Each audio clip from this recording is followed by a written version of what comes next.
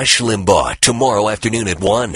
J.D. Hayworth now on News Talk 550 KFYI. KFYI.com. 1/2 hour from now, Al Gore goes green, but that has a double meaning. We'll talk about the green the former vice president is pocketing as he comes to Chase Field to tell us how the world is going to end. I'm sure he's going to make mention of the fact that tonight it's dangerously warm. On the 11th day of November to be 87 degrees. So anyway, we'll get to Prince Prissy, as we used to call him. He will be at Chase Field tonight. We'll chase that around a little bit. Also, we heard from Shave Cream Bob. I think we're going to have to dust off that comedic, incredible work by Andrew A.J. Fontaine. What would happen if the Sesame Street Muppets had to go to Marine boot camp? Since yesterday was both the birthday for the Marine Corps and the 40th birthday for Sesame Street.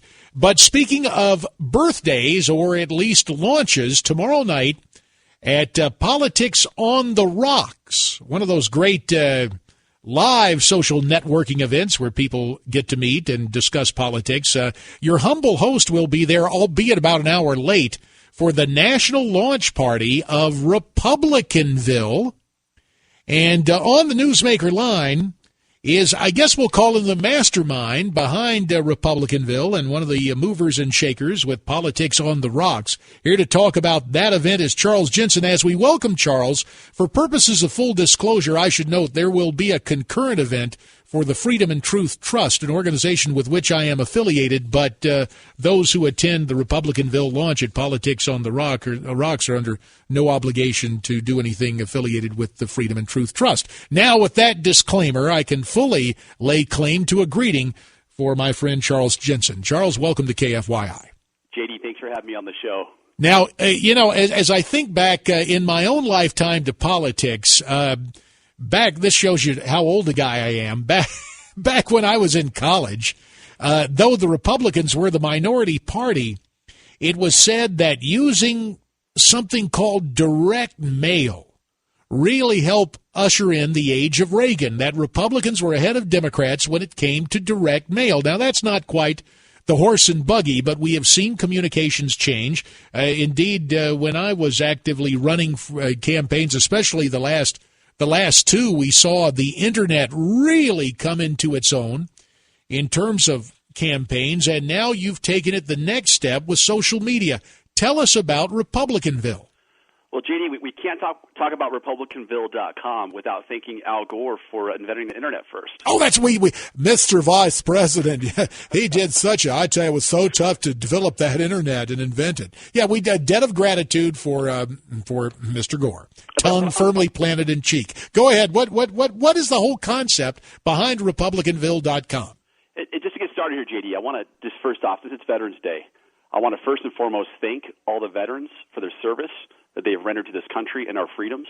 And also I want to thank you, Mr. Hayworth, not just for your service in Congress, but for your service to our values here on the radio in Arizona. So thank you. Well, thank you, Charles. Now you got to tell us what is social networking vis-a-vis Republicanville.com?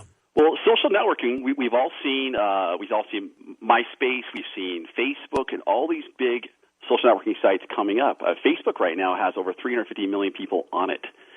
Republicanville was formed by myself and a guy by the name of Stryker Lampy. Stryker's just a genius. He and I worked together on this because we're tired of losing elections. It's the main reason. This is a social networking site of the people, by the people, and for the people. This is something that wasn't ordained by a backroom vote of Newt Gingrich and Rush Limbaugh, Michael Steele, Sean Hannity. Some people think this came from the Republican Party itself. It did not. Republicanville.com was started by us just to get people involved, to get people to network together. You can tweet directly from Republicanville. You can upload videos, pictures. You can network with politicians.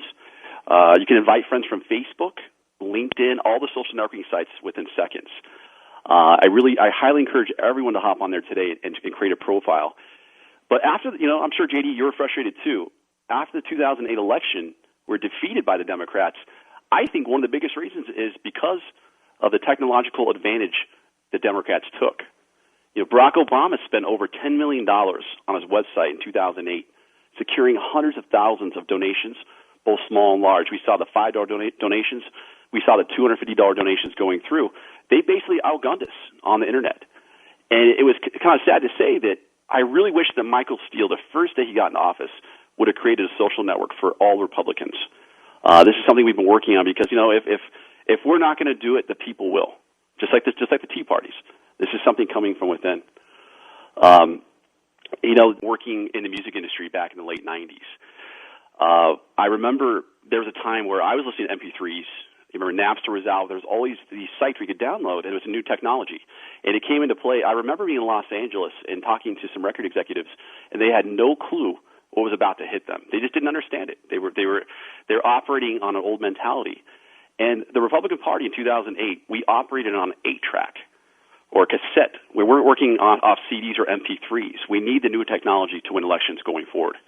And so this serves really a dual purpose, yes, because politics, anybody knows the operative term. If we were to define politics by a mathematical operation, it would be addition. And so the social networking site really becomes the way to communicate and to add to the numbers, utilizing the new technologies that are here at our fingertips. And because the national guys didn't act, just as nature abhors a vacuum, so did you, Charles Jensen, and you're moving forward with RepublicanVille.com. Now, let me get to the event tomorrow night, the who, what, when, where, why. Tell them about the Politics on the Rocks event, where it's going to be, when it's going to start, and how you're going to keep people occupied till I get off the air and come by to Speechify. Absolutely. Politics on the Rocks we're now one of the largest networking groups in the state. We've, in fact, JD, 2 years ago, you were our first speaker we ever had. And thank you for that. But tomorrow night it's going to be huge. We're operating over the W Hotel in Scottsdale. You can go on to whotels.com/Scottsdale to find out the location.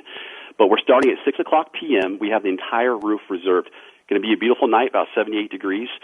Again, so 6 o'clock p.m. tomorrow night, Thursday, November the 12th. At the W Hotel on the upper deck there.